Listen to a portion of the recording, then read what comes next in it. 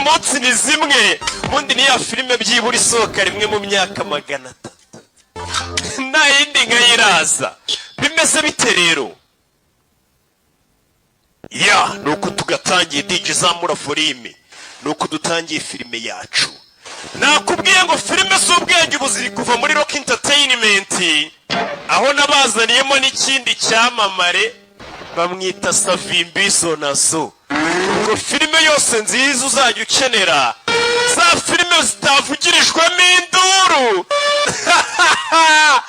Naje gusanga ari ukuntu mureba ibintu bavugirijemo induru, ariko umuntu akagenda ngo ndatwika, ngo turatwika, uko yasakurije muri filime. Kandi abantu bamaze kuyijuka bakeneye ubusobanuro bw'ubwenge, niyo mpamvu ibintu byita gasobanuye, ariko bisaba kubyiga.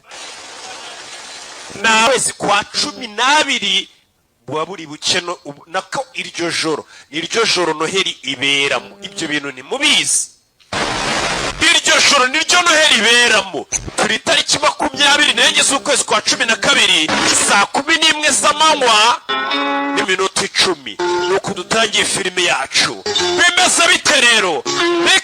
Rick Ross bangukana ko kanywaji.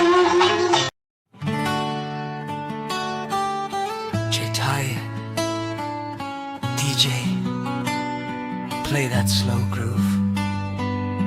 Close your eyes, feel the love.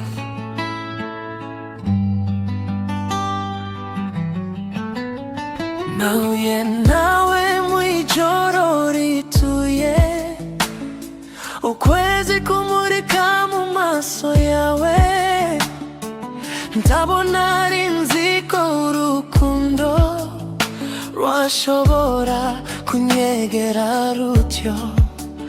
When you touch my hand, time stood still. Every beat inside my heart began to heal.